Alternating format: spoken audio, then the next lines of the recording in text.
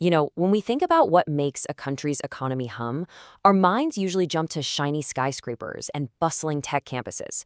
But what if the real engine of growth, the true powerhouse, is somewhere else entirely? Today, we're going to dig into why India's path to the future runs right through its villages and what it really takes to unlock that incredible potential. And to help us unpack all of this, we're drawing from a fantastic set of teaching materials put together by Tomy PC. He's a veteran economics facilitator who spent decades breaking down complex topics just like this for his students, both in India and for 15 years in the Maldives. So we're building this explainer straight from his clear, powerful insights.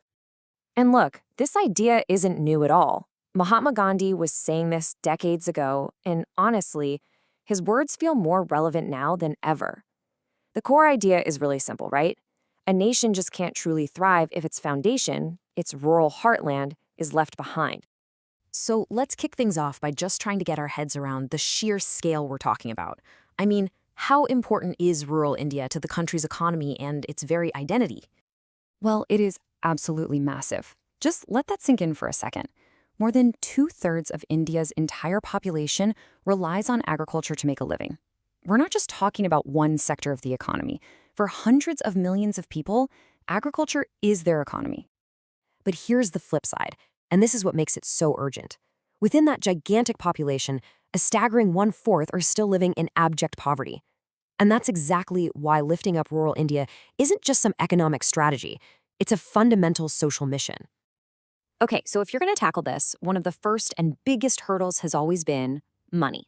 How do you get capital into the hands of people in a way that actually helps instead of hurting? Let's look at the two very different sides of the credit coin. On one hand, you have the world of informal credit. Sure, it might be easy to get, but it often comes with these absolutely crushing interest rates from moneylenders that can trap families in a cycle of debt for generations. But on the other hand, the formal banking system, well, that's a lifeline.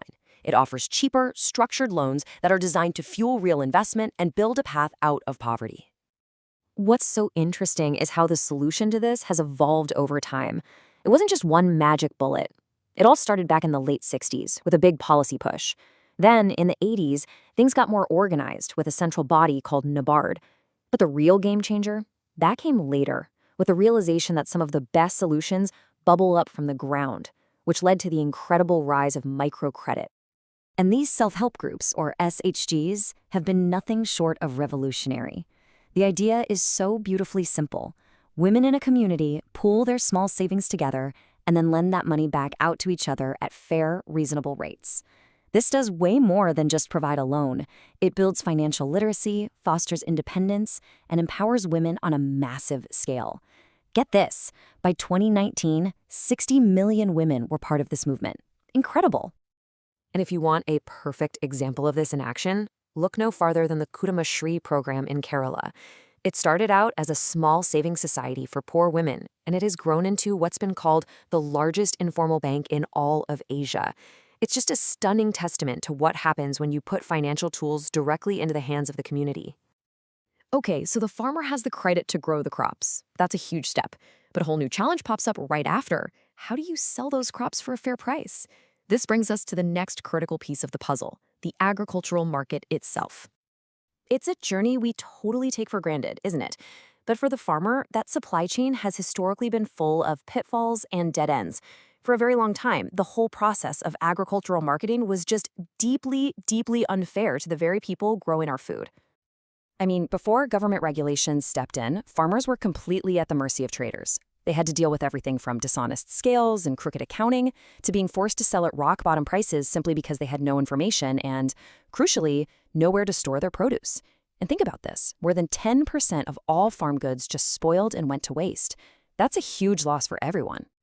So to fix this mess, the government came at the problem from 4 different directions all at once. See, it's not enough to just make markets more transparent if farmers have no roads to get their crops there. And it's no good building warehouses if farmers don't have the collective power to bargain for good prices, which is where cooperatives became so vital. And then, all of that is wrapped in a policy safety net, like a minimum support price to protect farmers from sudden market crashes. But even with better credit and fairer markets, banking everything on a single harvest is still a huge risk. The real key to sustainable long-term prosperity is about looking beyond just the traditional crops in the field. And this is where a super important concept comes into play: diversification. We're not just talking about planting a different crop next season, it's a much bigger shift, moving part of the workforce into related areas like raising livestock or fisheries, creating multiple streams of income so that one bad monsoon doesn't wipe you out. Animal husbandry is a perfect example. For over 70 million small-scale farmers, raising livestock gives them a steady, secondary income that has nothing to do with how well their main crop performs. And as you can see here, poultry is the undisputed king, making up a whopping 61% of the entire livestock sector. And the opportunities are huge, way beyond just livestock. Fisheries are a really vital piece of this puzzle. But check out horticulture. That's growing fruits, vegetables, and flowers.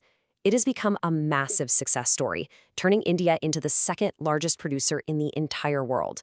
That's not just a number. That means new markets, higher incomes, and better nutrition for everyone.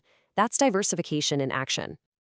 And as we look to the future, the global push for sustainability is opening up yet another avenue: organic farming. It's all about growing food without chemical fertilizers and pesticides. And not only is that way better for the environment and the health of the soil, but it also taps into a booming global demand for clean, healthy food. Which kind of brings us full circle to a big final thought. We've seen that rural development is this complex, powerful engine with all these moving parts: credit, markets, diversification. It really makes you step back and think about our priorities, doesn't it? What's the better measure of a nation's progress? The key insights we've walked through today were all drawn directly from those excellent teaching materials put together by economics facilitator Tomy PC. And it's a powerful reminder that really understanding these economic building blocks is the first essential step toward building a stronger and more prosperous future for absolutely everyone.